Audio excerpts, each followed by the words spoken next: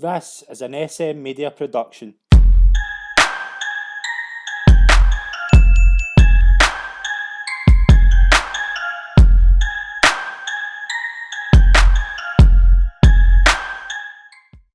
Hello everyone and welcome to the 5th episode of the Sitdown right here on SM Media. I'm Scott McPike and I'm delighted to be here again. I'm joined this week by the former Kilmarnock, A United, Partick Thistle man and the best player I think ever to play in the Irish League, Mark Roberts. Mark, pleasure to have you on. Thanks very much, mate. Yeah, well, hi, great to be on. That's some statement, that. Best player to play in the Irish League. There's a few good players playing that, to be fair. How you been? You all right? Good, aye. Just the same as everybody else, just getting by and doing what we need to do to get through this. Missing the football? Whether we get it back playing or training and all that, that's a difficult bit and all in it. So, no, it's been long. Everybody can't wait to get back. Players, punters, everybody just to get back into the real stuff. And because even the games you know you're watching, like I go down and do some of the Kilmarnock stuff they know, and games are so slow. See, without the fans, that was rubbish. Without the fans, it doesn't work. It doesn't work. But I suppose you've got to start somewhere. And what's been your kind of big takeaway for the whole thing? Like, it's been changed times, but obviously you've noticed. Like, what's the big difference you've noticed? Like, the whole thing, from a football point of view, more than anything. I don't know, because I've kind of been out it, to be honest. When I left Queen's Park way back in January there, and then it obviously kicked in March. So I've actually been quite happy not to be in it since this has happened. I would hate to have been a manager or a coach during this period, due to the uncertainty of it, and then telling players you're coming back, no, you can't come back, and we're doing this, and all the different procedures you need to put in place. That did my head in, to be honest. So at the moment, I'm quite glad to be out it. So again, once everything starts right again, and you get punters back through the door, I'll start action again to get back in. So, but as I say, it's not really been. I was out for a couple of months before, 2 or 3 months before this started, so it's not really changed much for me, to be honest. But as I say, I've not missed it that much in terms of being in the game, because again, I can handle the uncertainty to all. So what have you been kind of doing with yourself since March? You've just been keeping busy? Sitting in the house. No, just I keep fit anyway. I'm one of these kind of ex-players that don't want to go the way 99% of them go, and they'll go fat and a wee bit heavy and stuff like that. I can't do that. So I've seen too many of my pals do that. So no, I've kept fit, and I still obviously want to keep playing away until someone comes up in the management game, so I can still play at junior level if I find a team that wants me and go for there. So, but as I say, it's been long, but everybody's just want to get back and get in about it, don't they? Brilliant. It's been a long storied career you've had, so kind of kick-start at the beginning. What was your kind of early years, like kind of growing up and family life and things like that when you get started out? Same as probably every other kid back in the 80s. You just go up, growing up in the streets, playing football every day, all day long, till your mum shouts you in for your dinner. You can eat 3 bits of your crispy pancakes and then bugger off back out and get shouted in at 10 o'clock at night because you'll get skulled the next day. But no, that's pretty much grew up on the streets doing that in Shortleys boys. So, and they got a good grounding. Kind of learn how to kind of look after yourself a wee bit, and then I ended up playing boys club football right through until all the senior clubs came knocking on the door, and there was a lot of them at that time. We were about 14 and 15, and you were training every night of the week with different teams and stuff like that. But the boys club stuff, and I played with Dragon Boys Club for probably under 10s, and I went to, where did I go after that? I think it was Loudon Valley, and then played with Kingsmead, which is East Ayrshire. They're a great side. Played out in Kilmarnock area, and they were top notch at the time. Then I went to Belfield, and Belfield is where all the guys that were signed with pro teams went. We were all kind of signed up at that point, and with a great team. So, and then from there you progress into your senior career. So, and then it's been long since then. Yeah. So who was kind of who you said there about kind of players in the same team? Who was kind of playing in that team that kind of folk would know? In the Belfield team, we had guys like Alan Kerr, who went on to play with Kilmarnock, Queen of South and that. So Neil Devlin, who was excellent to actually retire through injury. Right, okay. He was at Dundee United. Neil was a brilliant striker. Guys like Scott McCulloch went on to play with Rangers, Partick Thistle, Colin Meldrum, Kelly Goley, Charlie Adams, another headbanger who's a school teacher now, but He went out and played with Kilmarnock. Well, didn't play a lot of games with Kilmarnock, but then went on to Partick Thistle and played. So everybody had went on to have some sort of career at senior level, whether it was a year or 2 or 10 or whatever. But everybody went on and played some part. So that was a good team, and we had a good manager, and Barry Devlin, who's but people know who Barry Devlin is with the breakdown recovery stuff and all that. So Barry was brilliant, and obviously knows his boys well. I played up front with Neil for years, so it was good times, great times. But that's when boys club football was really good. Yeah, obviously as well, like you were a football fan all your days. Who did you kind of grow up supporting, and who were your kind of heroes growing up? Tottenham of all teams. Was that Aye, still a Tottenham supporter to this day. I was Glenn Hoddle was my hero. Aye, right, okay. Glenn Hoddle he's just pure elegance the way he played. Yeah. You didn't know. I think he was left-footed, but a lot of people wouldn't know that because he was that good with his right. He was different class. If he was playing now, he'd be worth hundreds of millions. He was just on a different level back in the days. So skillful and elegant. And Marco van Basten was another one. Yeah.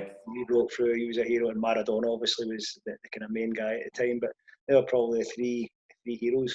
They were phenomenal. But I would say Glenn Hoddle, just because back when I was younger, I played kind of more centre midfield. All right, okay. And obviously supporting Tottenham and watching them, he was the man for me. Brilliant. Obviously, when you kind of Belfield, were Kilmarnock scouts there a lot, or were you getting recognised pretty early?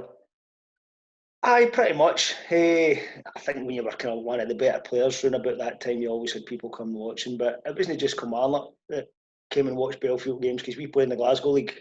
Right, okay. The league was too easy. You're winning games 10 and 15-0 most weeks, and it was pointless, wasn't it? You weren't challenging yourself. So we moved up into the Glasgow League, which was unheard of back in the days for an Ayrshire team to do that. Yeah. We end up playing against like Rangers and Celtic and Yet Farn, Mill United, all the kind of big boys club teams up that way. So went up there, it was great. But again, that's when you had all the scouts for all over at that point coming to watch our games. So if you were doing well, it wasn't hard to get fixed up with one of them. So, and I say a lot of the boys were training like 3, 4, 5 times a week with different clubs, and it was good times. It's great. It's a wee bit different nowadays. It's when your guys are going into your pro youth at 11-year-old and stuff like that, and training 4 times a week. It's a completely different setup now. So, but no, it was good, and really enjoyed the boys club stuff way back in the day. So, as you say, was it an easy choice to kind of go to Kilmarnock, or was there other teams that did kind of?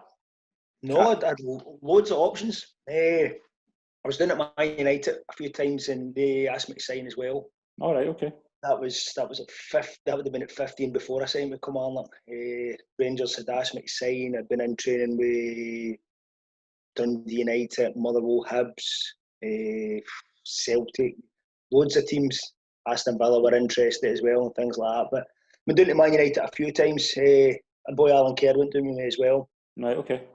Went down there, and it was one of the ones that you get the opportunity to go. And did you want to take it? I was still a kind of young boy. Staying with mum and dad, obviously, and I'm a bit of a mummy's boy and stuff like that. So Kilmarnock obviously asked me to sign, and I remember having a conversation with Jim Fleeting. I was playing reserve fit, but I felt like 15-year-old as well. So Jim Fleeting says, you come here, you get an opportunity really quick. It was actually Tommy Burns that spoke to me.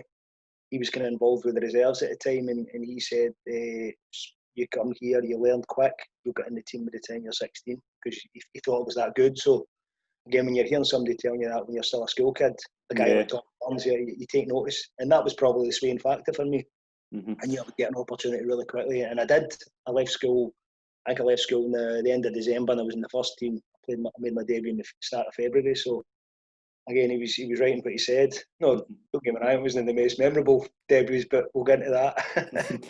What about your school days? Like, were you desperate to go to school, or did you have any subjects? Oh no, I was all interested in playing football, history and music. That was it. Was that right? I didn't bother with school. I just carry on marching. And again, I'm not a great role model when I say that, but again, I had one thing. My mind was just to be a football player, and I was kind of focused on that for day one. And I wish knew that I'd probably stuck in more at school and got more qualifications. And even after when I went full time as a player at Kilmarnock, with all that spare time you have in your hands, and so much wasted time in the afternoons when you could have been making yourself better, or gone and learning another trade or something, or going to college or something. No, but you'd been in snooker halls and like the go-karts and stuff, like playing golf and stuff like that. Just a wasted youth. But again, it was great fun. I enjoyed it, but it could have been put to more use. So you said there about your first game for Kilmarnock and your debut at youth level. Just talk us through that experience. My first team game for Kilmarnock was a Scottish Cup tie against Meadowbank, which is now Livingston.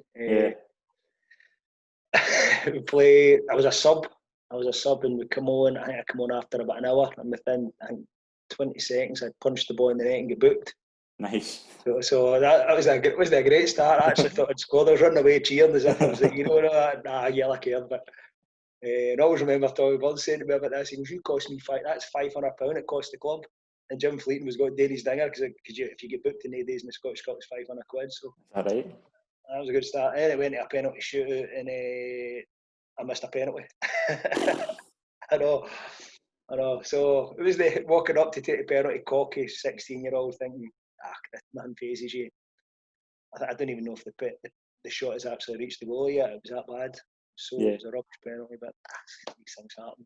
So. If you talk to like any player from the days, they always talk about how different it was playing. You would play with players so much older than you. Was that a vital experience in getting? Best thing that ever happened. I can see playing reserve fit, but you're playing with men, and that's what you don't see in the game now. I don't look about and see any real men. Right.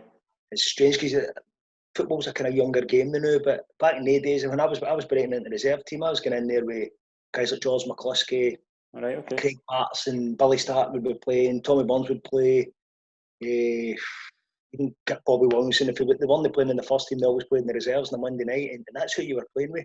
And it was the best grounding ever because, see, if you weren't at it, you were getting your ass kicked, basically. Mm-hmm. And I loved that. Again, I don't think there's enough of that in the game now. And players are too mollycoddled, and there's no reserve fit. There's no any real reserve fit by anywhere now. It's just a glorified like a youth league as well. So it's called under-20s or under-21s or whatever it may be. Or again, it's just all kids playing each other again who have played with each other right through from 10 right up to 20-odd-year-old, and they're still playing against the same people and not getting tested. Whereas you were coming up, even in the days playing reserve games, you were playing against internationals as well. Because again, if they didn't play at their club on a Saturday, you would play on a Monday night. So you could play Rangers and you'd be playing against guys like Kuznetsov and Richard Goff and stuff like that. If they would maybe come back for injury or suspension or something like that. And brilliant, great days, because you learn against the guys and tell you what, it's unforgiving. Because see, if you're not at it, they give you a hard time. Yeah. And it was much more aggressive in the days as well. And again, I was lucky at that age when at 15, 16, 17 in the reserve team that you actually knew what the game was all about, because you won the mollycoddle. Because if you were playing a reserve game, you would get hammered. Guys would come through the back of you, be head on the back of your head, and didn't care what age you were. No. So all you wanted to do was get back in the first team, and it was good time. And again, it was vital at that stage of a young player's career to get that, and I was lucky at that stage that I did. Mm-hmm. Obviously, you made your debut and you got a kind of settled run in the team after that. The kind of person who kind of brought you through was Tommy Burns. Just tell us some kind of Tommy Burns stories, how much a brilliant guy he was. He was a madman. Was he? He was a lunatic. A lot of people don't know that. They all think he was quite mild-mannered, but he was a lunatic at times, but he was the best. That was brilliant. Him and Billy Stark was a good cop, bad cop. Stark was the kind of more reserved, the kind of big, straight up, nice talking guy, but you couldn't cross him either. If you did one of them things right, you'd like to know. But when Burns went in a rant, he was a raving lunatic. He used to foam at the mouth sometimes and go mental. I remember playing Hibs one day at Rugby Park, and me and Mark Skillen were in the middle of the park, so 0-0 at half time, and Hibs were giving us a wee bit of doing, but they just couldn't score. So we're coming off the park at half time and turned to Skillen on the way off and goes, "I think they're going to get it here. I think he's going to give us a hard time." And Skillen's like, "So we're the young boys, you'll go for the older ones." So we walked in and sat down, stupidly enough, we sat down together, and Burns is straight in, going mental. It is. We used to get these big pots of tea, big massive pots of tea with all the tea bags and the milk in it, picked up and he's chopping it at us and everything. So me and Skillen are just sitting there, no saying a word, absolutely crap myself. All the older boys are going mental because he's throwing things at us and all that. But no, he was mad, but he was unbelievably so good at getting the best out of you. Yeah. He was hard, but he was great. So it was the wee things that he used to teach you that you're like, wow, and I still use to this day. and the upbringing that he gave me is maybe the reason that I can still play just now, or the reason that I went into management. So I took a lot of what he gave me, and I done that. So again, what a footballer he was as well. Really clever. He was hard as nails as well. He wasn't scared to put his foot in, but he could play. Yeah. But it was again at that age, at 15, 16, 17, when I kind of first met Tommy, to get involved with something like that at that age it's vital for every young player to have that kind of role model. And was there an aura about him as well? Like, did you see just obviously it goes on? To be fair, I used to call me the son of Burns. I was his boy kind of thing. But there was a fear there, because you knew that if you crossed him, he would go nuts. But he had a great fun side to him as well. And again, he had the whole package as a manager, because he was player manager at the time. Yeah. And he knew when to take a step back. He knew when to have fun. And again, when I went there and I done that, I kind of took a lot of what he done into what I done as well. And he was great. Great, but as you say, he has that aura. He used to walk about and, here's the manager coming, he's going to give me a hard time, then come in and be all fun and games, and then next time you'd see him, he'd be having a go at you. But he looked after me, to be fair. I was his kind of boy. So brilliant.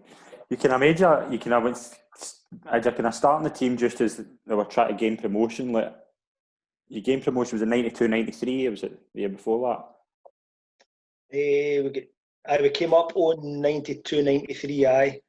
So, was it, how good was that team just to get back to where they should be? It just, when Tommy came in and took the team, he completely changed it in terms of, he's like, we're not technically the best team in the world. He says, but football days will be the hardest team to beat.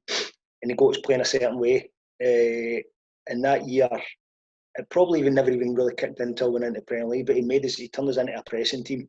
And it was all down to hard work. And then you did get the opportunities. You had guys like Bobby Williams who could score goals, and George McCluskey, and all these guys that were technically good enough. They would turn your defeats into draws, your draws into wins, where a lot of the other teams didn't have that. So, but I think we finished second that year. We didn't win it. It was a kind of struggle, because we were one of the favourites at that point, especially with Tommy and Billy taking over. Everybody thought it was going to be a walkover, but it wasn't. It was hard. It was a tough league, and there was a lot of right good football players back, even in the lower leagues in the days. I think Hamilton did Hamilton win it? Yeah, Hamilton won it, yeah. I played them in the last game of the season, and tell you what, they were hitting the bar, they were getting, it was just one of the nervy days, and then we eventually got over the line, and again, Kilmarnock have been there ever since. And again, it's what even Jim Flayton and even Bobby Flayton was the chairman at the time, and they started it, and Tommy and Billy took on to another level to get us into the Premier League, and then the club stayed there for quite a long time now. So it's all down to them, I think. The game promotion, and probably something that will stick with you forever, scoring a winning goal at Ibrox in 1993. Just talk us through your memories of that game. It was a 2-0 victory. 2-1 it was. 2-1. My memories of that day was weird. We used to train in the morning before we played. So you'd get into Rugby Park. Tommy was one of these guys who always brought you in to give us set pieces, a wee bit of shape in the morning of a game. So we trained in at Rugby Park, and it was a glorious day. Went in, so we're sitting in the dressing room before we went out to training, and shout in. So he shouts me in, and him and Billy Stark are sitting there, and he's like, how are you? I'm like, fine, no bother, I'm looking forward to the day. And he's like, got to start you the day, and I'm like, right, no bother, just that kind of cocky face. Good. Inside, I was like, oh my God, here we go. We're in front of 50,000 people here at 17-year-old or whatever it was. And so we did my shape, our set pieces. We went up to the hotel, got food and everything. I remember getting to the ground, and I'd never been inside Ibrox, like right through into where the away dressing room was. So I was taking the hampers in off the bus, and I put one of the hampers in the bus, but there's kind of loads of wee corridors in Ibrox, and I got lost, and I all remember John Gregg was walking towards me, and I'm like, God, it's John Gregg, and he's like, kind of quite arrogant, I felt, and he came up to me and he's like, what you doing here, son? What you doing here? And I was like, I'm with Kilmarnock, I'm just putting the hampers in. And I was like, she told me where to go, and I was like, I thought he was a wee bit arrogant, as if I was just a stupid young boy, which I was. And I had a wee hang in my head, saying, I'd love to score the day. I always remember that. And then we played the game, and it turned out that I did score, and we went on to win 2-1. It was a mental day, but don't really remember too much about the game. But I always remember the morning, and then I kind of get told when I was playing and when I go to the ground and all that. But mental day. How good Kilmarnock had been. So How good was that Rangers team like to get a result like that against them? I could have been about 42-2 that day. Was They it? battered us. Oh, they absolutely hammered us. Aye. They're a good team. You up front that day, you had Mark Hateley and Duncan Ferguson. Mm-hmm. And if they two played nowadays, they'd just pick up defenders and throw them about. They were big, strong, aggressive. Gordon Jury was playing. You had Richard Goff was playing. Just phenomenal. Really good. Trevor Stephen, another one who was world class at that time as well. They were a really, really good team. And how we get through that game and win it, I'll never know. But again, it's been done in history now. It's one of the Kelly's better days, and it was great to be part of. Brilliant. I'm going to ask you about something that I've always wanted to ask you about was the infamous trip to Korea. Just talk me through that. The most stupid trip of all time. Why on earth would anybody play an end of season tournament in South Korea? we get told about it. I think the club are getting like $100,000 or something like that. We get told how we're going to play a tournament after the season's finished. We're all like, what we want to do is sit on the beach in Magaluf and do what boys they go mad. And now we're going to South Korea. We're all peeing myself laughing. We're like, he's kidding me on. So a few boys couldn't go because they were away with like the Scotland 21s, and a few boys had booked up holidays with their family and all that. So it was a kind of depleted squad, but so because I was there 13 hours in the plane, boys are all boozing, going mental, get over there, it was like 45 degrees, training, we could hardly breathe and all that. It was just felt like a daft trip, but we had to play some good teams. We had to play Costa Rica national team, South Korea national team, and I think it was a Rio de Janeiro select Brazilian team, but all the kind of better players for the leagues over there, so it was decent quality. We were out for a jolly, to be fair, but wow, some of the stories I could tell you. I remember the chairman was there and we would barricade him in his room and we'd barricade the manager. It was Alec Totten was the manager, we'd barricade him in his room, and the food was horrendous, the food was disgusting. It was like the rice would come out one night and then the next night you'd be like, I think that's the same rice. So we used to put like peas underneath the rice just to kind of test to see if they were getting as fresh stuff. Next night you would lift up the rice and the peas were still sitting there. It was disgusting. So we're in TGI Fridays every night in the middle of Seoul. All these young boys between 18 and 30 just juking about in the middle of Seoul, one of the biggest cities in the world. We're like, what are we doing? In nightclubs, don't know how we get in them and stuff like that. But there's loads of stories I could tell, but it's maybe not the right place. So obviously, there's some good characters in the days. The good boys went on that trip. Who were the kind of characters in that team like? Me, but Billy Finlay, Bobby Williamson was assistant manager. He was still bonkers at the time. Alan Kerr, Wee Beggy, David Bagan. So we had brilliant. Derek Anderson was another one. It was just all full of fun as well. Robert Connor, another one. Yeah. Whitworth was there. Colm McKeer, another couple of boys that were good boys too. So was that a good team spirit as well? Like, aye, boys, I loved it. We're a great bunch. I would say right through from when I was there for 92, right through I left in 2000. I think that the dressing room was why Kilmarnock done well, because we were always together, and right through even to when the last year that I was there, it was great. So you never ever fault, and that's a big thing for a football club. If you can get your dressing room right and you've got decent players, will be all right. Yeah, you said there about Alec Totten coming in as well. Like, just he was another kind of come through with Joe Wallace as well. Just talk about his kind of impact in the dressing room. It was a strange, because when Tommy left, Tommy was a favourite for an awful lot of us. Yeah. And I don't think it was a popular choice in the dressing room, to be honest. Right. And again, it wasn't for me anyway, because I wanted to work with Tommy a lot longer than what I did. And when Totten came in, Totten was renowned for getting his own players in and not giving younger guys a chance. And that was a worry for a lot, especially when I was at that kind of crucial stage where you broke in, you've done all right, you just want to go and play more games. And turned out I didn't play a lot of games under him. He signed a lot of his own players, which every manager would do anyway, but didn't give the young boys a chance. And then, but we done relatively well under him for a wee while, and then it kind of went a wee bit stale, and then he left, and then Bobby got the job. But it was strange because Totten eventually signed me for Falkirk. Aye. So when I left Kilmarnock in 2000, he was the first guy for me, and he's like, "Do you want to sign me for Falkirk?" And I was like, "No, you wouldn't play me for Kilmarnock. Why would I come to Falkirk?" So he says, come up and meet me. So I went up and met him up in the Garfield up Glasgow, up in the hotel, and sat down. He's like, first thing I said, so why did you never play me? He's like, aye, son, aye, I like my experience. I wanted experience. I goes, well, I'm 24-year-old and you're signing me now. Because aye, but you've been round the block a wee bit now. So gave me a great deal at Falkirk, really, a lot of money actually. And it was a 1 year deal because Falkirk was in a wee bit of trouble financially at the time. Yeah. The money he was offering me, I was like, pfft. And it was a big mistake. It was a big mistake. I shouldn't have went down to which is new Championship level. I should have went and stayed in the Premier League. And it wasn't because of money. I just should have went on trial. If nobody was going to sign me, I could have at least went and trial to a Premier League club and took that chance to go and, because I knew I was good enough to go and play still at that level. But I dropped down, and it's probably the biggest mistake I made in my career.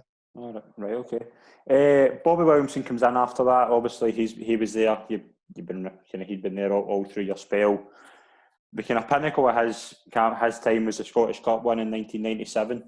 How you know in the team? Oh, man, it devastated me, that it really did. It's weird because I think it was 2 weeks before it was the last league game.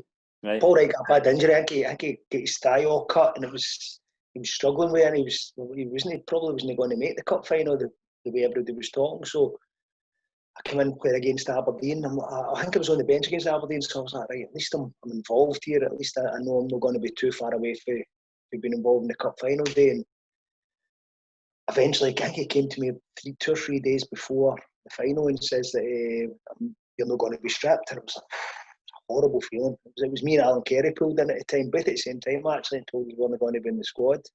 And it was like somebody hitting you with a sledgehammer, especially being for Kelly and growing up there and being that long. You're like, kind of local boys, they just want to be involved in that. And there was other people that you knew shouldn't have been on the bench or shouldn't have been involved. Maybe not in the start 11, but there was a couple on the bench. I don't think they should go in there. But they go on before us, and the rest is history, to be fair. But it was such a kind of bittersweet thing, the cup final for me. I've never been more disappointed in my career in anything. But you just all you wanted today with the boys to win and to win for Kilmarnock in the tune, and you see what it was like after it. It was definitely worth it, but always sticks in my throat a wee bit that I wasn't involved in that. And you can't turn back the clock. You can't have any regrets, because at that time I was doing everything I possibly could to get in the team, and it just wasn't to be. And were you kind of hard working in training, would you? It's an end. I'm the biggest dafty in the world when it comes to off the pitch and in the dressing room and all that, and I carried on. But anybody that's worked with me, and whether it's as a player or whatever, any manager or any coach will tell you that when it comes to training, I was always at it, always worked hard, and I can still have a wee bit of fun in games at training. But see, if you're working hard and you know when there's a time to work, that's when you need to do it. And to be fair, for all my career, I've always made sure that I trained right and looked after myself and made sure that when it was time to work, I was there. But as soon as I came off that training pitch, I was half my head a wee bit, and that probably went against me a lot. And again, in hindsight, I probably shouldn't have been that way, but you can't change who you are. And the people, again, when there was opportunities to maybe, I thought, to go to other clubs, I think it was probably a wee perception of me, the type of guy I was and what I was like. But as I say, if anybody who has ever worked with me will tell you that I did train right and I did work hard. So. Good. Bobby Williamson brings in a few players in kind of his spell. He brings in McCoy and Durant. You must have loved them. They're bonkers, absolute bonkers. They two hated each other. They absolutely slaughtered each other every day, like right to the bone stuff. I loved it. It was great. But they were best mates. They were brilliant. And again, that took the dressing room up to another level again. I think after when we won the cup, everyone was brilliant, but it's hard to keep it at that level. Yeah. And I think Bobby was really clever in that, and I need to find a way to make sure that the club stays where we are now, and bringing him to and kept the focus and the spotlight on Kilmarnock for a couple of years while we were there. And McCoy didn't turn out to be a brilliant signing, brilliant for the dressing room and stuff like that. Didn't score, I don't think he scored a lot of goals for Kilmarnock, but Durant was phenomenal. Yeah, he gets a Scotland cap as well, doesn't he? He did. He got a Scotland cap after that, and he completely changed his game for what he was when he was younger. But he came in and he would dominate games, and he was a terrible trainer. You see, if you had to say about him, what a horrendous trainer he was. He used to go in the huff all the time, walk off the training pitch, and I used to argue with him pretty much daily. But unbelievable guy, great laugh. Another one, great fun about the dressing room too. But again, when it came to a game on a Saturday, he was always at it. He was excellent. So obviously, kind of then it's about 1998, and do you feel then that your kind of time at Kilmarnock's coming to an end, or were you In confident? '98, no, I felt that was my best period for like '98, '99, and getting into that 2000 season, the '99-2000 season. I played a lot of games and was a kind of always involved. Whether if I wasn't involved for the start line, I was always on the bench, and I felt I was starting to learn my position and kind of grow up a wee bit in terms of I wanted to play with Kilmarnock for a long time, and then it just at the start of the season, 99 would have been 99-2000. It kind of went, just didn't go right. I started to see the first. I think I played against Aberdeen, first league game. Played against Rangers. I think we played Rangers, then Aberdeen, and then we played Reykjavik in the UEFA Cup. And then after that, I never played another minute for Kilmarnock ever again. And the loan to Raith Rovers as well, did that come as a shock when? Nah, because it was. No, because I wasn't playing. I was getting bored. Just in the days, you could only play a certain. I think it was only 2 or 3 over 21s or something in the reserves at the time. Again, so we were only getting a lot of games. And when the opportunity came along to go to Raith, I just, okay, I'll go. But again, it wasn't for me. It wasn't great. I didn't like the way that. It didn't feel like it wasn't a good club for me in terms of who was in charge at the time. But I was only there a month. I think it was only 2 games in that month that I was there because of the weather. And it was always Baltic every day up there. Worst place, world fight, Jesus. So I came back down and I just basically seen out the season. And I had a lot in my mind whether I was going to move on or was I going to try stick out and see what happens. I still had another year of my contract to go, and I decided just to get out at that point. I say I went to Falkirk, which again turned out for me to be the best decision that I made. But that's what it is. You make them and you've got to deal with them. Mm-hmm. You then go on to Airdrieonians. Was it 2001? You went there? Brilliant. Yeah. See, because of kind of how the club was being handled financially, was there a bad kind of vibe in the club at the time that what was going on, or was it just? No, that's up there with one of the best dressing rooms I've been in. We were a gang. We used to call ourselves Wimbledon. Wimbledon for days. They were just a gang. We used to turn up. We didn't have any training gear. We trained just everywhere, wherever somebody would let us on. We'd go to Glasgow Green and train. We used to turn up. We boys turn up with Hearts shorts and a Man United top, or just normal socks. And we'd be a gang. We're an absolute gang. But what a team that was. That was the. We used to go to the Premier League that year. I think we finished second in the Championship. Yeah. But at the end up, we only had seen like on a Monday and a Tuesday, we'd have like 4 or 5 players training because everybody was injured. And we only had a squad of 16.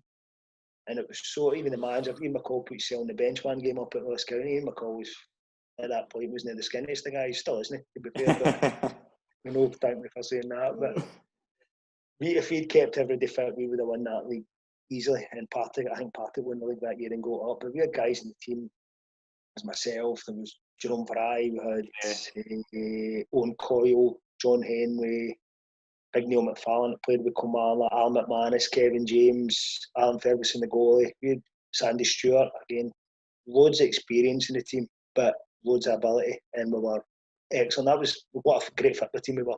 Yeah. And we won the Challenge Cup that year. We finished second in the league, and again, if we had a bigger squad, then we couldn't have a bigger squad because there was no money, because you were getting money in a brown envelope at times, and it was crazy. I remember we played Rangers at Ibrox in a cup game. I think they beat us 2-1, and then we played the Challenge Cup final the weekend, and I think they said we'll give you £500 appearance for Ibrox, and we'll give you £500 a win to beat Al, and they gave us £1,000 a brown envelope come the weekend. You're like, oh, I quite like this.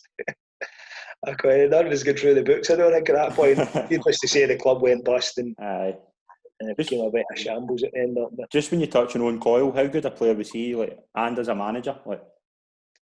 I didn't play with him under him as a manager. He was only a teammate of mine, but as a centre forward, he was the best finisher I've played with. Really? By a mile. Miles better than McCoy's when it came to finishing. Was he? Miles better. Aye. Left foot, right foot, dinking goalies. he would score with his head. You wouldn't think that. He was just technically brilliant. And he always, I played up front with him, so I would always be the one to go and show for the ball and try and make runs up the side, and he would just hang about a 6-yard box, score for 4 yards. He would be in the paper next day, scored a hat trick, and I'm leaving him last, running out and trying to link the play for him and all that. But he used to remind me of Inzaghi. Inzaghi used to score for like a yard and run away with a hand up as if he'd scored a worldie. Is he kidding me on? Just beat 3 men and laid it in a plate for him. But he was brilliant. He was another great lad in the dressing room too. Yeah. He was top notch. A good boy, and didn't drink. And then he just loved his iron brew and his fish up on a Friday night. And terrible diet, but he was built a wee pepperami stick. But he could certainly finish. He was naturally gifted when it came to that. Then we touch on the kind of big surprise of your kind of career. You moved to the Irish League where you play for Shelbourne. How did that move come about? Like, was there a connection to there, or?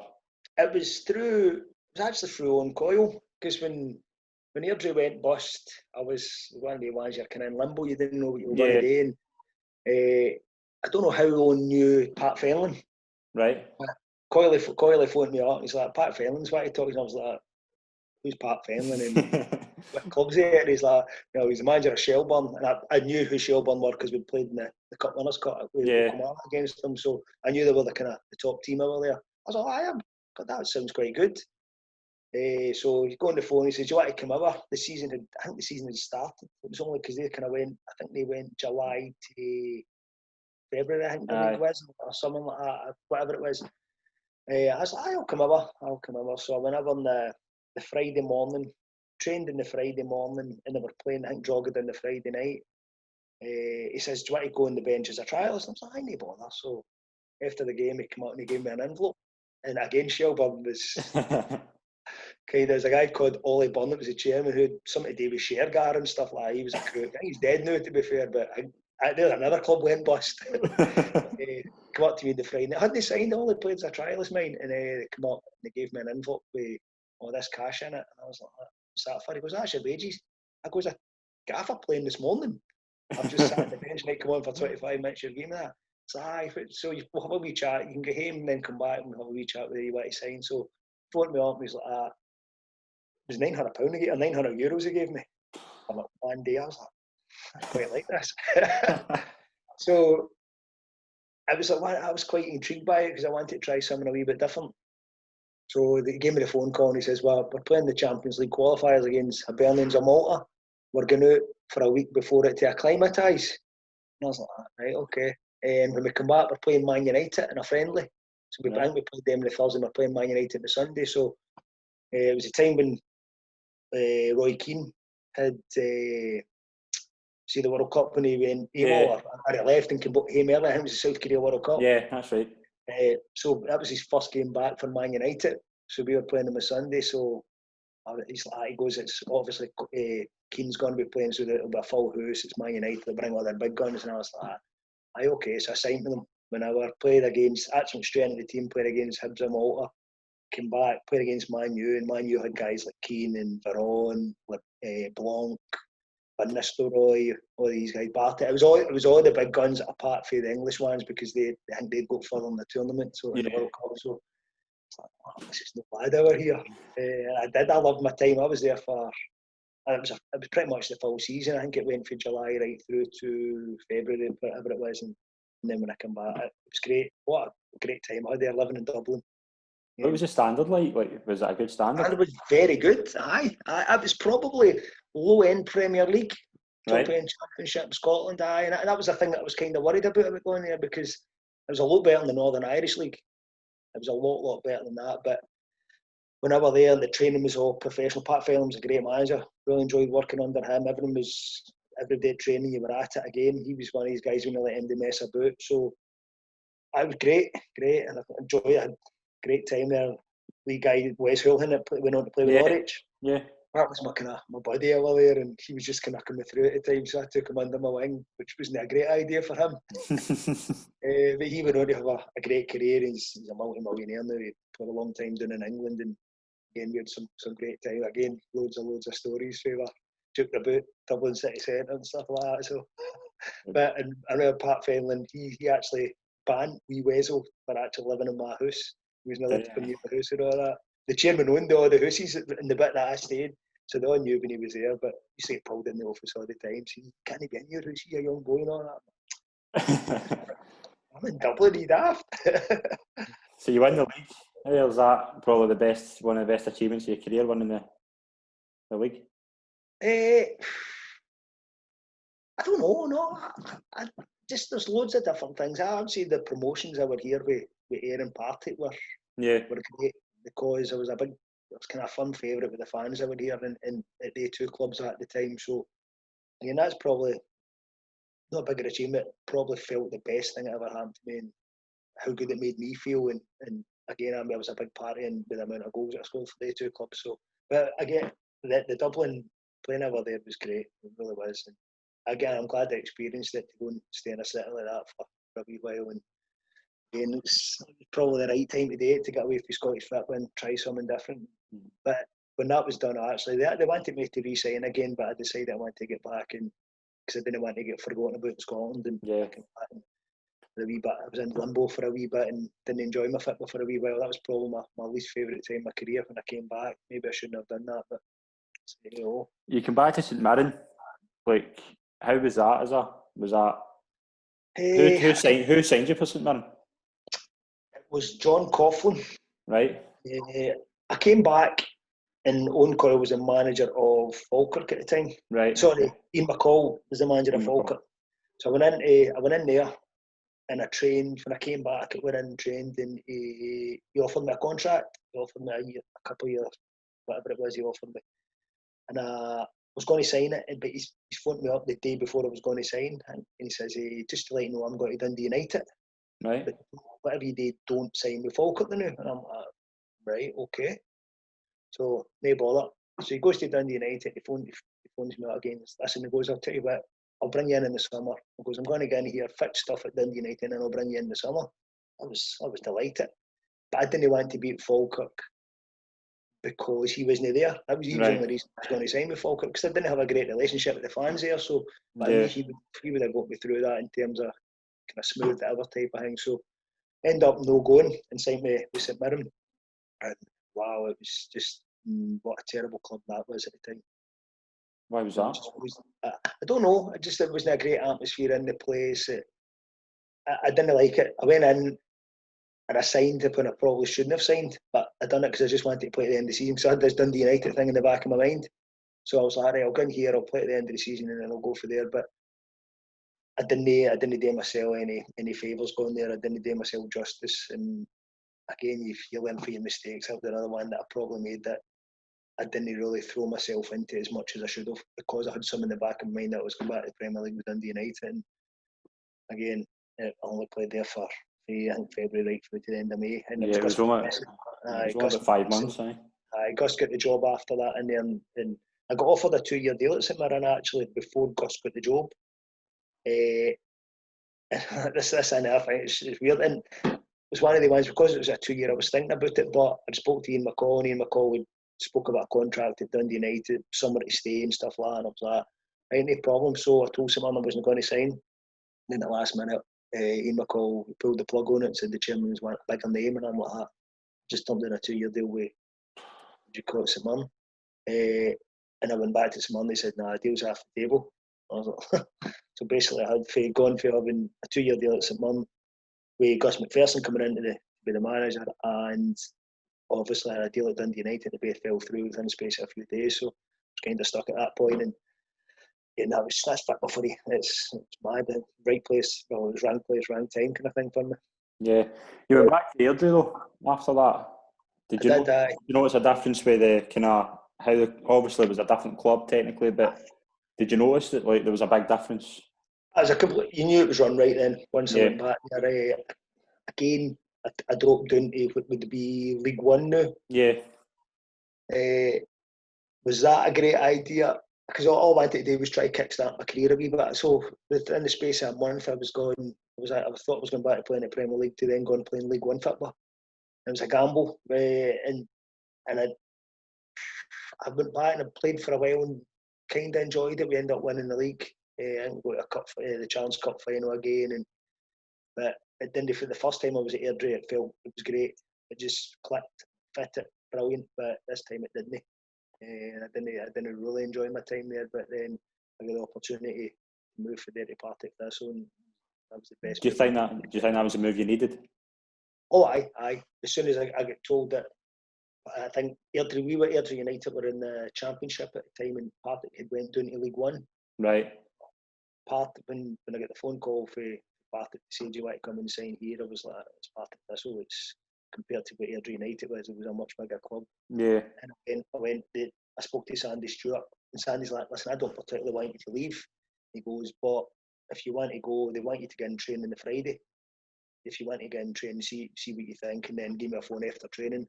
I went into training the Friday, and I swear to God, I must have been in the place about 3 minutes, and I phoned them up and said, "I'm just going to sign here." I hadn't even trained yet. I just knew as soon as I walked in, I goes, "That's what I want to." It just felt right, and it turned out it was a right good decision I made. One of the few I did make in my career. But was it Dick Campbell that signed you? Aye, bonkers. He's great. He's a Dick Campbell story. Dick Campbell, Jesus, he's mental. He's been sitting there. I remember playing Morton one day at Capello. I don't know if you know the dressing rooms are right next to each other, like right close. Right, okay. You just come through the tunnel, and the away one's there and the home one's there, so you can hear everything. If the manager's shouting, you can hear their manager shouting. It's one of them. So we're sitting in the dressing room before the game, and Dick Campbell's looking in the dressing room. He's like, "Right, he's running every day one by one." He says, "Give me a name of a song." The boys were getting songs away, and so Dick Campbell's like, so he came round to me, and I was like, "My Way, Frank Sinatra," and he's like, "Brilliant." So Dick Campbell starts belting out My Way, the whole song. But when it came to the chorus, we all joined in. This is before the game, mind. So the Morton players must have been sitting in that dressing room for about 4 minutes going, "They're still singing that song." Oh, bless them. We were all jumping about, yeah. So we were all buzzing, couldn't wait to go out. We're not going to beat 3-0. Absolutely battered. But he was mental. They can he'd make you sing happy birthday to him, and you'd find, "What age?" He goes, "That's not my birthday." I said, "Sing happy birthday to him before a game." But he was great. The Partick Thistle fans gave him a torrid time. Really hard time. Aye, and he came in, he got them promoted. He got promoted, and that following season we kind of bottom half of the Championship, and punters just wanted him out. And came as soon as punters start stamping their feet, and it's hard to.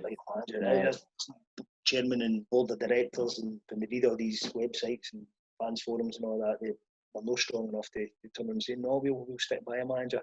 So they made a change, but that was after. Dick Campbell was there a couple of years at that point, but he was great. I still speak to him to this day. He's a character and funny. He's done really well for himself. When you see what he's won, and even extending growth, he's no a mug. Yeah, he's done well at growth as well. He's done great. Great. But would you consider that your kind of best spell of your career, like just to get back to enjoying football again? That was the most enjoyable time. Most enjoyable, and that spell for, I think that would have been 2005. For 2005 right through till I got the manager's job at here. I loved it every single minute for that time to that time. It was great. I had great times at Kilmarnock. I was there 8 years, and there was times when I was playing in the team and involved all the time and going on all your trips in Europe and stuff like that. Amazing, but from a personal point of view, that time when I went to Partick, something just clicked. Yeah. My whole game. I got to that age where it would have been probably, I think it would have been 28 or 29 maybe when I went to Partick, and I was just, you're in your kind of prime, you know your position well, and it just clicked for me, and I sort of scored goals and created loads of chances and loads of assists and stuff like that, and it just worked for me. Who would you say the punters took to me? That was the big thing for me. The punters. I remember the first game I signed with Partick Thistle. We played Dumbarton at home, and I'd heard that they weren't overly keen on me signing for some reason. And right. I don't know, the Airdrie Partick thing, there was always a big rivalry there. Okay. And I used to do no bad against them. And 20 minutes in it again, we're doing 2-0 at home to Dumbarton. And then I end up scoring 2 and setting up the winner for Big Jukas and Tala. And for that moment on, it was a fan's favourite. And again, from ever there, always got asked to play in charity games for them and stuff like that, and do wee bits and bobs. So again, obviously well appreciated and great time I had. Brilliant. You move on to Ayr. Was there a kind of feeling of going to the kind of rivals of the club you started with? Was there that kind of feeling of how am I going to be received now? No, I was going to be received by the Ayr fans. Yeah. I knew that I didn't bother me in the slightest about because I played with Kilmarnock, and I'm one of these guys that if somebody's willing to pay your wages and they're going to do that for you over a period of time, that's who you play for. And listen, it doesn't matter what you've done in the past. What I hate is to see players that's maybe played for somebody for 2 years and move to another club to play against them and score against them and don't celebrate. Why not? That burst my chops. That team's not paying your wages anymore. Listen, if I'd played with Ayr against Kilmarnock and I scored, I would have been right up to their fans like cheering with them. I wouldn't have had any sentiment whatsoever. Never ever had that in football. So when I went there, it was did it feel like a right move at the time? That was me going from full-time football to part-time football. Yeah. And it was the first time I'd done that. But I was 30. I think it would have been 33, maybe 33, and it was maybe the time to. Maybe I don't need to be training 5-6 times a week. Maybe training only twice a week and playing a Saturday. It would do me the world of good, and it did, because I felt better come a Saturday. I felt much fresher, and again, I scored lots of goals there. Although my first game against Wraith Rovers wasn't great. We were doing 2-0, and you're back to 2-8, and Ryan Stevenson hit a shot, and it was going right in, hit me in the arse, and deflected by the post, and all you heard was, "You're a Kelly this, you're a Kelly that." I was like, and then the next game I didn't score again. And the next game I was getting it. The punters were giving me a torrid time. And then the third game I think I scored, and then I think I constantly scored after that. And ended up pretty much getting us promoted that season with my goal. So, but no, I was, and then again I really enjoyed my time there playing. Scored a lot of goals. A couple of games I want to touch on. The first one was the infamous game against East Fife. Do you remember that? I do. Scoring 3 penalties, which is a hat trick, but you also get sent off. I did get sent off, but I think I had a horrible away game the following week, so so I got suspended for that. No, but I get 3 penalties. I think I hit one down the middle, one to the right, and one to the keeper's left. So I changed it up every time, but I think it was the 95th minute or something like that when we got the third penalty. A wee bit of pressure on, so I knew as soon as I scored I was going to run out to the fans. So one of the boys, Andy Rogers, actually gets the ball when I've scored. It's come back out the night, he's caught it and we've ran out to the fans to celebrate. But it's weird why one of their players runs out to try get the ball, and he just throws Andy Rogers into me, pokes me over. So the red mist comes down, I get shot, and I see who it was, and I end up kind of booking him and hooking him at the same time. So we're walking back to the halfway line, and boys are like, "The ref's seen that." That's all right. The ref comes up to me and he's like, "I did see that. I've got to send you off." And I'm like, "I've just scored a hat trick here. I'm going to match ball all that kind of thing." Like, "Got to send you off." And then it just clicked in. I think we've got a game at Peterhead next week. I need bother. Red card in the dressing room. They held on 1-3-2. So strange day, because I think there's only 2 or 3 players ever done that. No. Scottish football. No. Paul Hartley's one, and Alan Russell was Alan Russell. Ian Russell, right? The only one that scored a hat trick of penalties. So, hey, no, there's no many who's get the opportunity to do that in a game. Mm-hmm. And as well as that, you scored the goal in the 1-0 win against Hibs in the Scottish Cup. Talk me through that game. Oh, that was a chop. I think Ian Murray's still caught screwed in at the penalty spot at Somerset. That was a great goal. To be fair, it was live on Sky. I remember that. So we would have been in League One as the new, and Hibs won the Premier League at the time. Yeah, they brought a good side at that point. They can do it. We actually played the first game at Easter Road and we drew 0-0. Yeah, and they thought it was going to be too easy. So we couldn't. As soon as we knew we get the draw there and we get them back to Somerset, it goes, we'll give them a tough time. Midweek game under the lights at Somerset, great atmosphere, live on the TV, just brilliant. If you speak to players that ever get the opportunity to do those type of games, you just know, you're so confident going in the game that you're going to beat them, even if they're a couple of leagues up. And it turned out that way. You scored a great goal, and I beat 2 or 3 players and put it in the bottom corner. And then Hibs were the better team that night, but we just had a feeling we were going to win. And we were depleted. We had a few injuries and suspensions for that game. We had a lot of young boys in the bench, but again, it turned out that we got a great result and got through to the next round. So it was good. Did you have a good relationship with Brian Mead?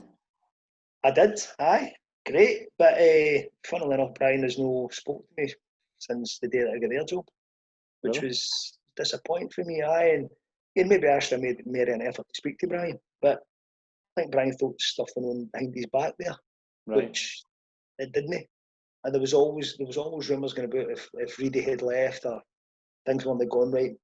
Because I was the older guy in the dressing room, and I had made it perfectly known that I wanted to get into coaching and management. He thought maybe something was going on untoward in the background behind his back. It certainly wasn't the case. But he phoned me up the day that I got the job, and I says, "Listen, I get told the night before that you were getting told you weren't getting the job again." I goes, "And what am I meant to do? Phone you up straight away and tell you that? It's not my place. I only knew the night before." Right. I didn't like that because that was horrible. And I've been in the other side of that when I know things have been going on behind my back, but that was certainly not the case. And my relationship with Big Reedy was great, brilliant. Again, I really liked him. When he brought me in when I needed to get kickstart because the Partick had slowed down a wee bit for me in the last few months. I had a couple of injury problems then when I went in here. He brought me in, so again I had a great time with him. But again, I've not spoken to him for a long time now. Mm-hmm. Just before, I'm sure if I seen him, we would be fine. But again, that happens in football. You know people for long periods of time, spend day in day out with them, and then you leave there and you don't speak to people. That's what happens. Mm-hmm. Just before we touch on you kind of going into management, we'll talk about the cup semi-final against Kilmarnock. Do you think you were unlucky that day? No, we were a disgrace. We were an absolute disgrace how we lined up. Again, this is, if we go back to with Brian, this is the one thing that it does stick in my throat with him, that I was captain at that point, and a few of the cup games leading up to it, I was on the bench. Used to go with one up front and play one of the kind of faster strikers who would want to run in at the box and stuff like that. Fast players just make mistakes quicker. That's you play your best players, and I was obviously his top striker at that point, but he didn't come to me. We stayed in the Marine Highland, and the game was on the Saturday. Yeah, it was Saturday morning. We stayed in the Marine Highland the Friday, so I remember sitting the Friday night just having a cup of tea with him, just sitting, chatting away, talking about the game and stuff like that. And he hadn't named his team, but I made an opportunity to make sure that it was just me and him, so he could give me the heads up, because I knew I wasn't going to play. I had that feeling in my head, and as a player, you know when you're going to get left out. So I wanted to make it easier for him, would be me going and sitting and having a chat with him, and I just waited, and he wouldn't tell me. I'm like, why is he not telling me? So he didn't even tell me before the game. He just read the team out, and I wasn't playing. And I'm like, and straight away, you know, when all the players just straight away look at me. And there's nothing worse when your teammates are looking at you going, how are you not playing? You're the captain. You're the guy who's scoring all the goals for us. It kind of gets us here. And that stuck in my throat, because I remember we get beaten the game, and he came at me on the Monday and he apologised. He said, I'm sorry, I shouldn't have left you out. First and foremost, I should have spoke to you before it and told you, considering you're the captain. I was like, listen, these things happen, just let it go. But it did grate on me a wee bit. But and going back to the game, I think the way he set up, we set up to play for a 0-0 and get penalties. And then he brought me on after an hour, and we didn't really start having a real go until probably extra time. And then when we did put a wee bit of pressure on Kilmarnock, they got a wee bit nervy, because they were massive favourites. They got a wee bit nervy for 5-10 minutes, but they ended up getting the goal, and it was a travesty if Kilmarnock didn't get through that day. Again, I think we had 12,000 people at the game. No, it was crazy. 12,000 Kilmarnock and 12,000 for us, or whatever it was. And for us to go there and no have a goal, I'd rather get beat 3-4-0 there and had a real goal at Kilmarnock and see what they had, rather than just sit there and basically win out with a whimper. I can come on at your game at hand, and you're wanting to go out and have a real go. And I hate football nowadays in terms of when teams just want to sit in and play for the draw and all that. I can't be bothered with it. So watching Scotland, sitting with everybody behind the ball, why? Yeah. I want to have a go. It doesn't matter who you're playing against. But and I went to see Kilmarnock playing the Rangers at the week, and it was the exact same. They sat behind the ball, and if we can get out here with a draw, then great. They end up getting beat 2-0, so why not have a go anyway? But I don't like the negative side of things like that. I really don't. Mm-hmm. Really don't. So obviously you kind of move on to management. How did you, as you say, like, did you get a feeling that there was something coming? Like, did you, with Brian Reid, was it just completely out of the blue? Well, Big Reid got two promotions and 2 relegations. So he get promoted, relegated, and I think leading up to the end of the second relegation, that was I think he knew he was going to leave at that point, or I think the club were always going to make a change. And again, with me being the kind of older, experienced one there, and my relationship with the chairman was brilliant. And when he came to me and asked me, I couldn't say no. Yeah. I really couldn't say no, but in hindsight, I wish I did. And I wish I had waited, or I wish I'd even went in as an assistant first. But I couldn't turn it down. 36, I was coming to the end of my career, playing career, and an opportunity again to be a first team manager at a decent club where I had done really well as a player. So everything was pointing towards me. I do it. But when I look back now, there was a lot of signs there that I shouldn't have done it. I wasn't allowed to bring my own assistant manager in at the time. Who was your assistant manager at the start?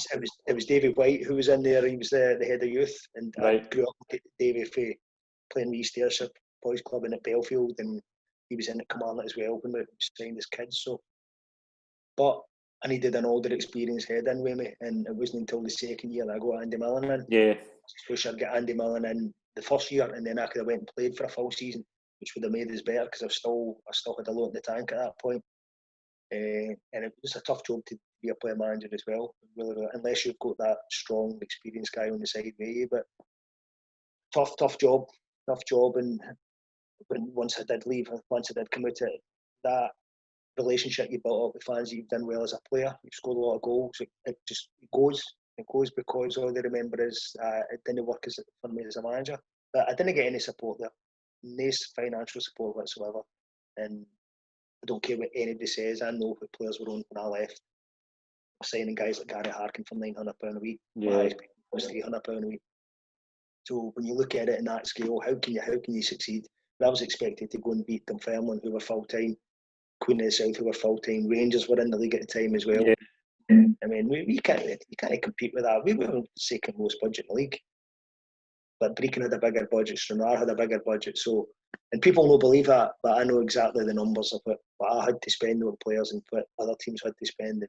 And again, the support network behind me there wasn't great at that point. And again, for me, my relationship with the chairman is brilliant and still is. Still speak to him, still sends me Christmas cards and stuff like that, still talk away. And when he comes out, we go out for dinner and play golf and stuff. But yeah, I don't think I got the support that I needed, especially as a young manager starting out for the first time. And do you think it was results as well? Like I think it was 6 defeats in a row or something, and I think was it Cowdenbeath that kind of ended after that. I remember. No, the Cowdenbeath one was the playoff. The playoff right. to go up. We finished in the top 4 that season when Rangers and Dunfermline were 2 full-time teams, and then we won out the top 4 the whole season. Mm-hmm. So that was kind of an achievement itself, considering how bad the budget was. So we go there, and Cowdenbeath were miles better than us. That's the bottom of Greg Stewart and Kane Hemmings, the 2 strikers they had. And they were a different level for anything we had. So maybe you couldn't cope with that, but because the expectation level here is false. There's no realism with them. They thought that we should be going to Cowdenbeath and winning the games easy over 2 legs, and it's not worked that way. It certainly doesn't. They were playing a league above us. We were playing with a team that pretty much was a League 1 squad at best.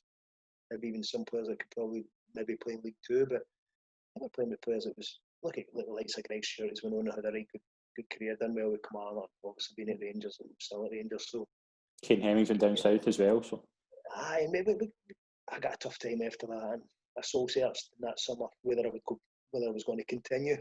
And then at the end of the day, I was like, no, I'm not letting anybody drive me out. See, if they don't want me, they need to sack me.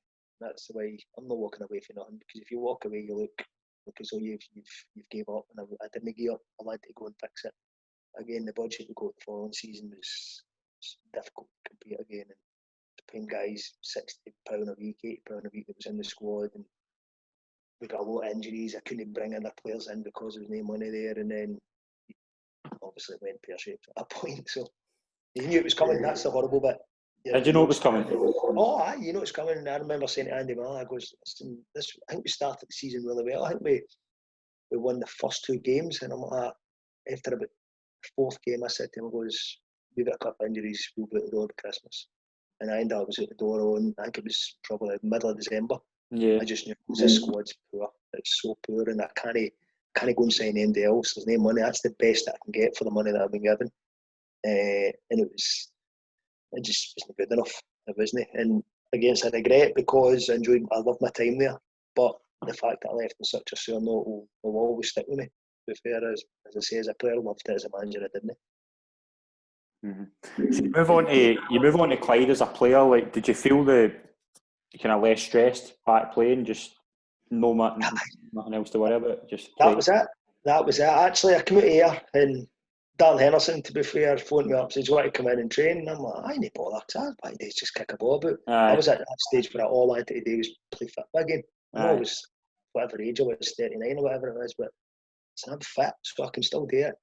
So I went in there, trained a couple of days Waterford, and I went, well, Fergus phoned me up to see if I wanted to go in. So Barry Ferguson got me in, pretty much training straight away, and he's like, "Do you want to come in as a player coach?" And I was like, "Aye, sounds great." So done that for a year and a half, I think I done that.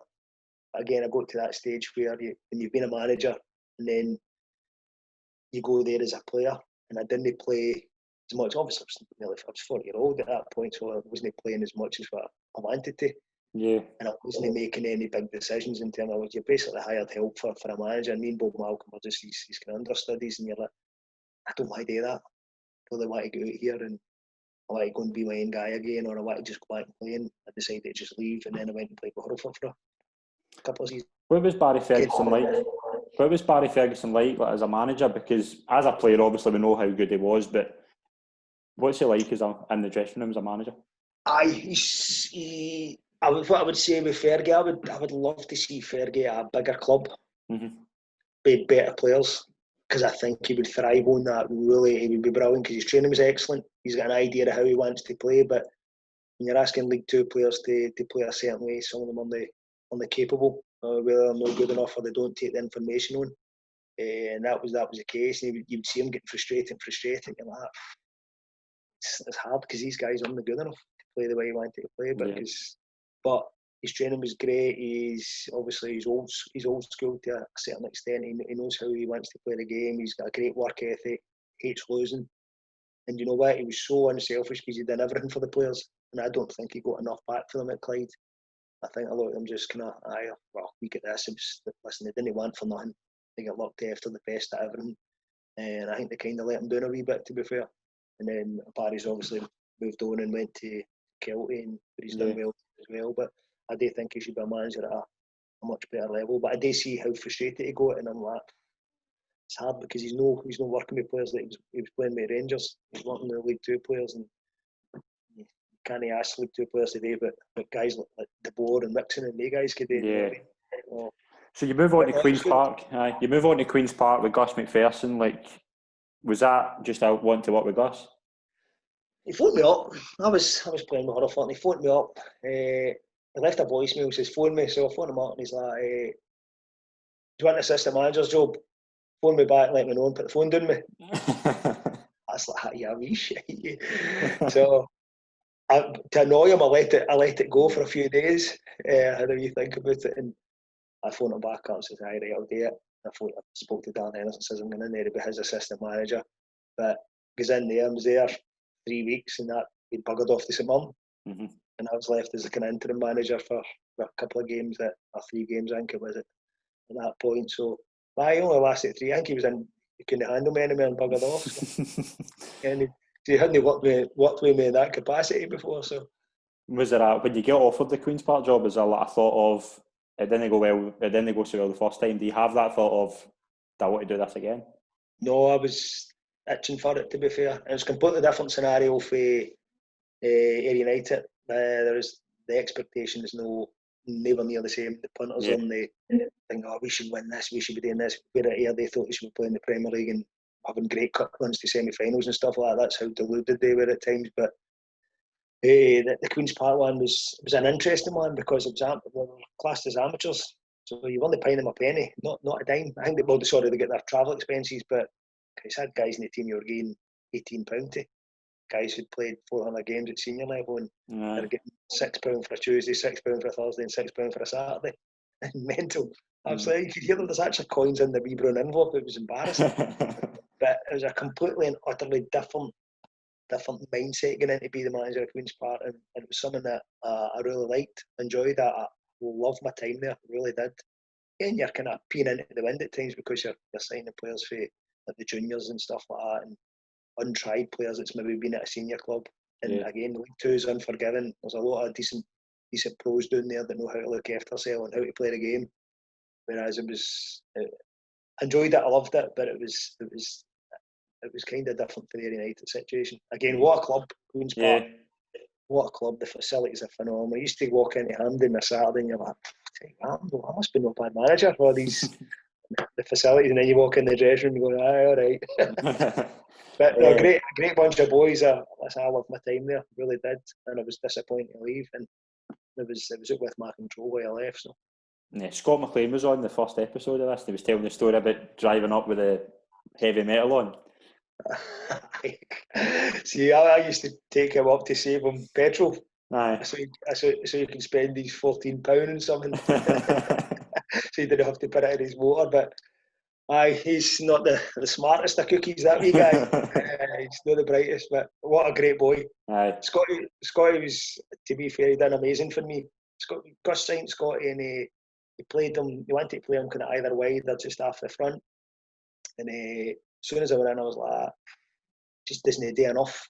He doesn't do enough. He's a wee bit lazy. He switches off. He's not concentrating on the game when he plays in that position. So I like playing a 3-5-2 or a 3-4-3, and I decided to change it. And I pulled him in and I said, I'm going to play wing back. And he's like, wing back? Aye, but left wing back. He's all right. He's right about it. So got to play left wing back. I'll talk you through it. I'll make sure you know what you're doing at every point in the game and where you need to be. And tell you what, he was absolutely brilliant. Really, really good. And he took to it like a duck to water, and he was concentrated for the full game, whereas he couldn't switch off because I was constantly on his case. Because when you're playing wing back, you need to concentrate on going forward, but you still need to do your defensive side of things. Whereas when he plays a winger, he just potters about and does his own thing. So, but he thrived in that. He did really, really well. But he's maybe one of the thickest, fitter players I've come across in my life. Were you disappointed with how it ended at Queen's Park? I was out with my control. Again, I sensed it coming. Right. So Wally Hockey got involved probably around about maybe October. Was that when they were trying to buy Hampden? No, well, all that was going on in the background and stuff like that. So Hockey comes in as a kind of silent guy, and Wally Hockey's he's worth 300 million, 400 million pound. So as soon as he came in, the chairman came to me and says, "Oh, Wally Hockey's want to come in, and when we go, because we were turning from amateur to professional at the time, we worked hard on that to get it through." So and I felt as though I was a kind of a big part of that. And so when he told me Wally Hockey was coming, I'm like, oh, right, okay. So Wally Hockey's going to come in and pay for the playing budget, whatever that may be, whether it's 100 grand, 200 grand, 500 grand, don't know. So as soon as he started to say that the money might be bigger than I thought it would be, I'm like, my time could be up here. And I said to the chairman, if I get into worry about here, I said, no, just keep doing what you're doing. Listen, you're doing great. So end up with, I think in November, we had a great November. I think we managed in the month, we won 4 games in the bounce. Yeah. He said, we're going to speak to Owen Coyle as a kind of football director. He can be the top man and you be the manager and work underneath him. Kind of, listen, I'm happy with that. Obviously, my relationship with Owen Coyle. So, yeah, I think Owen Coyle came in, got an interview and quite keen on it. And then Coyle got offered the job at Chennai FC in India. Yeah. 20 grand a week. So, yeah, I know. So that fell through. I got manager in a month that night and I went into the wee coach's room and I said to my office and I went, tell you what, I'll be out here by Christmas. Again, just had that horrible churning feeling. And I went, what do you mean? It's like, we just won manager in a month, we're flying, we're going great. It's like, nah, someone's going in the background here. The chairman was in a horrible situation and he probably didn't like being in it because he knew more than what he was telling me, but he felt as though he couldn't tell me. He's never ever said that, but I know that'll be the case. He felt as though he couldn't tell me what was happening, and then we played Annan, doing it Annan just before Christmas, between Christmas and New Year. And I phoned him after the game. I goes, seriously, you need to tell me because there's something going on here in the background. He goes, have I got anything to worry about? And he's like, I'll see you come in on Monday, and I need to just come in for about 6 o'clock Monday. And as soon as that's gone. So I went in, I just packed up my stuff before I went in and seen them. So it was all done behind my back. Again, if Wally Hockey had phoned me up and just said, listen, I'm going to bring my own guy in, then fair enough, you have a wee bit more respect, but no one's to try to speak to me. And that again, that sticks in your throat and all, but that was vital.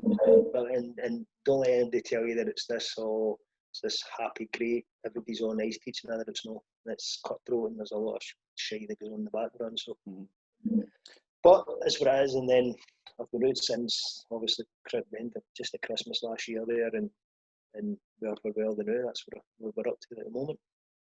So would you take another job in management if you got offered?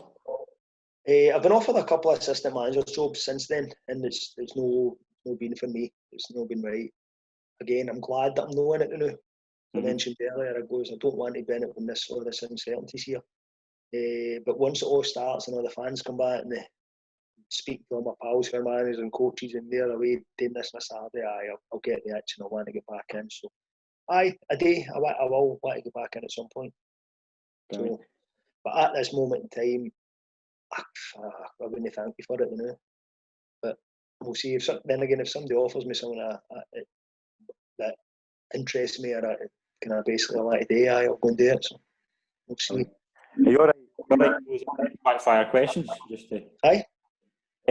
Who would you say is the best player you ever played with? It's difficult. God, there's so many.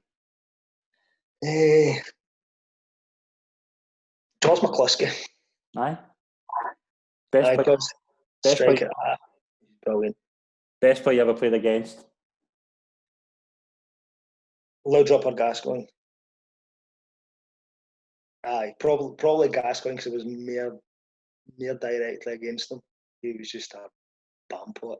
He was so good. He was like made of iron. And he was a dirty bugger, but he was brilliant. He was constantly mouthing, and he was phenomenal. Aye, he was probably the best. Richard Goff's the best defender I've played against by a mile. He was different.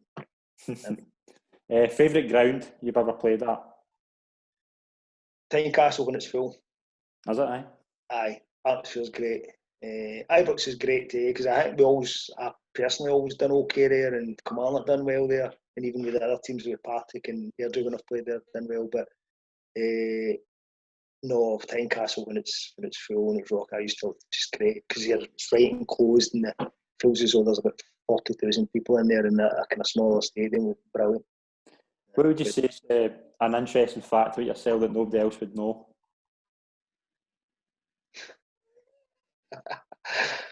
Interesting? I don't know. I'm a heavy metal freak. I'm into the rock music. I think I'm the only heavy metal rocker in Scottish football. What's your favourite band?